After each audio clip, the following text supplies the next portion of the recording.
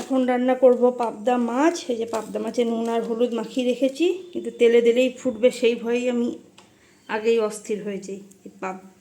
পাবদা মাছ, মাগুর মাছ এগুলো খুব ফোটে তেলে দিলে, দিয়ে একবারে 10 মিনিট এগুলো ঢেকে ঢেকে এই মাছগুলো ভাজতে হয়। এই যে 3টে মাছ কোনো রকমের দিয়ে ঢাকা দিয়ে দিয়েছি। রান্নাবান্না এখানে কমপ্লিট। এখানে পাবদা পোস্ত আর হয়েছে পটলের তেল ছাড়িয়ে। আর এবারে আমি ভাত বেড়ে নেবো। ভাত বেড়ে নিলাম, পটল নিয়ে নিয়েছি, আর পাশে মাছটা পরেই নেবো, আগে খেয়ে নিয়ে এটা। খাওয়া দাওয়া সেরে এই যে ব্যাগপত্র নিয়ে বেরিয়ে পড়লাম। কোথায় যাচ্ছি না যাচ্ছি একটু পরে স্টেশনে যেয়ে তারপরে চলে এসেছি। স্টেশনে এসে বেশ অনেকক্ষণই দাঁড়িয়ে থাকতে হচ্ছে। তারপরে এই যে ট্রেন এলো, ট্রেনে চেপেও গেছি। ভেবেছিলাম হয়তো সিট পাবো না, কিন্তু সিট পেয়ে ঘুমাতে ঘুমাতে চলে এসেছি বর্ধমান। এসে যে কাজে এসেছিলাম সেটা তো আগে গেলাম না, তার আগে এখন চললাম গিফট কিনতে। কারণ আজকে ছিল আমাদের ম্যারেজ অ্যানিভার্সারি। তো ম্যারেজ অ্যানিভার্সারির জন্য বরকে একটা গিফট দেবো, তার জন্য নিতে এসেছিলাম বেল্ট। বেল্টের কথা অনেক দিন ধরেই বলছিল, তো আমি ভাবলাম যে ঠিক আছে চলো বর্ধমান যখন যাচ্ছি তাহলে সিলেটাসে যেয়ে একটা বেল্ট নিয়ে নেবো। তো স্টেশনে নেমে টোটো করে চলে এসেছি এদিকে, আর আমার কাজ হচ্ছে উল্টো দিকে। তো বেল্ট নেওয়া হয়ে গেছে, নিয়ে আবার এই যে স্টেশনে এসেছি। স্টেশন পার করে স্টেশনের উল্টো দিকে এসছে, এটা কত 8 নম্বর প্ল্যাটফর্ম দিয়ে বলেছিল বেরোতে। তো এখান দিয়ে যে বেরিয়ে পড়লাম। আর এই দিকটা আমার কাছে একবারেই নতুন, কারণ আমি এই দিকটা কোনোদিন আসি নাই। দিকটা বেশ ভালোই লাগছে এই দিকটা। বর্তমানে ওই দিকটা প্রচুর কী বলবো জমজমাট গাড়ি ঘোড়া বাড়ি, প্রচুর হিন্দি টাইপের। ওই দিকটা কিন্তু একদম ফাঁকা ফাঁকা, দেখো কী সুন্দর পরিবেশ। তো চলে এসেছি এখানে ম্যারেজ হলে। অবশ্য বিয়ে বাড়িতে আসি নাই, ম্যারেজ হলে এসেছি আজকে দিদির জন্য। দিদি আসতে বলেছিল। দিদি, আমার দিদি তো জানোই তোমরা, মেকআপ আর্টিস্ট। এর আগেও একটা ভিডিও আমি শেয়ার করেছিলাম। তো দিদি এখানে একটা হেয়ারের কোর্স করছে, রুমঝুম চক্রবর্তী, রুমঝুম ম্যাডামের কাছে এখানে করছে। তো দিদির আজকে একটা হেয়ারের মডেল দরকার ছিল। ওরা যদিও মডেল নিয়ে কাজ করে, অন্যদিন মডেল পেয়েছে, আজকে পায়নি। আমাকে ফোন করেছিল, আমি বেশ ঠিক আছে যাবো।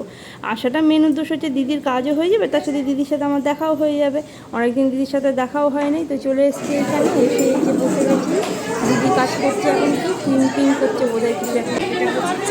আর আমি মাঝে মাঝে ক্যামেরা অন করে করে দেখছি আমাকে কেমন লাগছে দেখতে। ফিল্ম হয়ে গেছে করা, এখন এবারে খাবার দাবার বের করা হয়েছে। এখানে নিয়ে এসছে দিদি চালের রুটি, মাছি বানিয়ে দিয়েছে, একদম নরম তুলতুলে ছিল রুটিগুলো, খুবই ভালো ছিল খেতে, ভালো ছিল খেতে। আর তার সাথে দিদি নিয়ে এসেছিল সয়াবিন আলুর তরকারি। আর আমি একটুখানি বাড়ির থেকে ম্যাগি নিয়ে গেছিলাম, সেটা তোমাদের দেখানো হলো না, কারণ তাড়াতাড়ি ছিল, যে কাজটা শেষ করতে হবে, আমাকে ট্রেন ধরতে হবে, প্রচুর তাড়া ছিল। তো ওই জন্য কোনো রকমের নাকে মুখে বুঝে খাওয়া দাওয়া হলো, সবাই মিলে খেলাম। আর তারপরে আবার এই যে শুরু হয়ে গেছে এখানে কাজ করা। দিদির এই যে একটা সাইড মোটামুটি কমপ্লিট হয়ে এসছে, আর তারপরে আর একটা সাইড এই দিকটা হবে। এই যে এইদিকে বাকি সবাই যারা শিখছে এখানে, তারা সবাই নিজের মডেলদের উপরে হেয়ার করছে। তো দিদির এখানে আরও একটা দিকও মোটামুটি কমপ্লিট হয়ে এসছে প্রায়। আর এখানে একটা স্প্রে দিয়েছিল, নাকে মুখে লেগে গেছে, সেগুলো এখন দিদি অন্যায় করে ঘষে ঘষে মুছে দিচ্ছে। তারপরে যে দিদির হেয়ার পুরোপুরি কমপ্লিট হয়ে গেছে, এখানে বসিয়ে ম্যাডামরা একটা ছবি তুলে নিচ্ছে, মানে ভিডিও তুলছে দিদির আর আমার দুজনের একসাথে। এই যে দিদি পেছনে বসে দাঁড়িয়ে আছে আর আমি সামনে। এখানে আমি এখন ক্যামেরা অন করে দেখছি আমাকে কেমন লাগছে দেখতে। যদিও হেয়ার স্টাইলটা আমার মুখের সাথে খুব একটা নাকি যাচ্ছিল না, তো দিদির কাজ যেটা ছিল দিদি সেটাই করেছিল। তারপরে স্টেশনে এসে একটুখানি সময় দুজনে একসাথে কাটাতে পারলাম, কারণ খুব বেশি টাইম ছিল না, ট্রেন ধরতে হবে।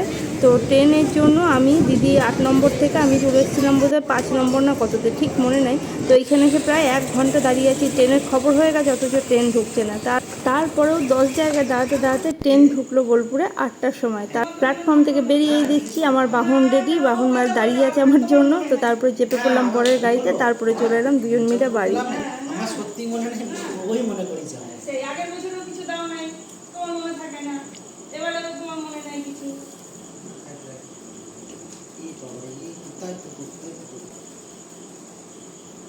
কি হবে ওরা দেখেই দিল, আমি জিজ্ঞাসা করলো কত কম, আমি বললাম 32 দিয়ে এইটা দিত, বললো এইটাই বড় হলে ভালো হতো। বড় ধরেছিলাম দিয়ে দাম লেখা আছে দেখো।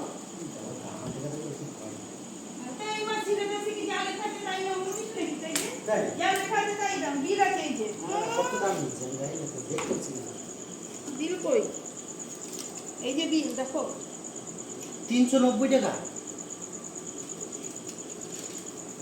দেখ বইটা আমার এই এত দাম দিয়ে নিয়ে এসছো কেন বেল? Thank you. ঠিক আছে, কিন্তু আমি কি আমার গিফট পছন্দ হয়েছে?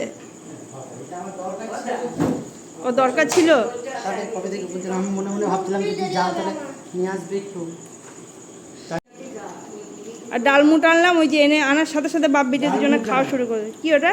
মুগ ডাল। ও আমি লোকটাকে বলছি ডালমুট, বলছি মুগ ডাল দেবো না ডালমুট। আমি বলছি কী নিতে বললো, আমি বলছি মুগ ডাল। এটা বল ডাল তুমি ওদের কেকটা আনতে পারতে, কাটতাম। হ্যাঁ,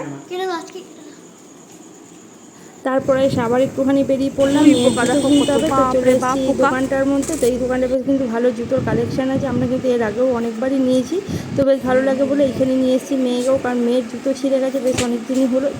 আর এইখানে এসে জুতো দেখলে মোটামুটি সবগুলোই পছন্দ হয়ে যায়। তো মেয়ে যেটা একবার পায়ে পরে নিচ্ছে, বলছে সেটাই ভালো লাগছে, তো সেটা আর খুলবে না, ওটাই নেবে। এই করে সব জুতোগুলোই ওর পছন্দ হয়ে গেছে, বেশ অনেকটাই ভালো লাগছে। বাড়ি এসে স্নান করলাম। আগে স্নান না করলে কিছুই ভালো লাগছে না, কিন্তু মাথাটা কিছু করা যাবে না, কি মাথাটা কালকে শ্যাম্পু করব, মানে চুলের মধ্যে আঙুলও ঢুকছে না, কেমন একটা যেন হয়ে রয়েছে চুলটা। এদিকে ভাত চাপিয়ে দিলাম হাঁড়িতে, আমাদের গরম ভাত হবে, মেয়ে খাবে পান্তা ভাত। তো সকালের ভাতটা রয়েছে, মেয়ে এই ভাতটা খাবে, জল দিয়ে রেখেছে ওর বাবা, ও পান্তা ভাত খাবে। আর করবো হচ্ছে একটু মুসুরির ডাল, মুসুরির ডাল, আলু সেদ্ধ, ভাত আর ডিম সেদ্ধ বা ডিম ভাজা, যাই হোক কিছু একটা হবে। রান্নাবান্না এখানে কমপ্লিট, লাস্ট ডিম ভাজা খতম, মানে হয়ে গেল লাস্টে ডিম ভাজাটা। এইবারে খেতে বসবো। আর আমার মেয়ে এখানে দুনিয়া রং নিয়ে বসেছে, রং তো ঘোড়ার মাথা করে, ওই শুধু ঘর দৌড় নোংরা করে আমার মেয়ে। এখানে এখন আলু মাখা চলছে। কি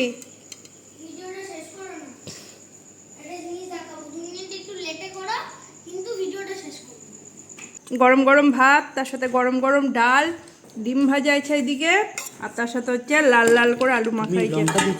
হ্যাঁ, আমি আরও দুটো লঙ্কা এলাম, তোমাদের আলু সাদা সাদা। আর ও খাবে পান্তা ভাত, আবার টক দই নিয়েছে, দইটা শেষ হয়ে গেল তোর এই পান্তা ভাত খেতে খেতে।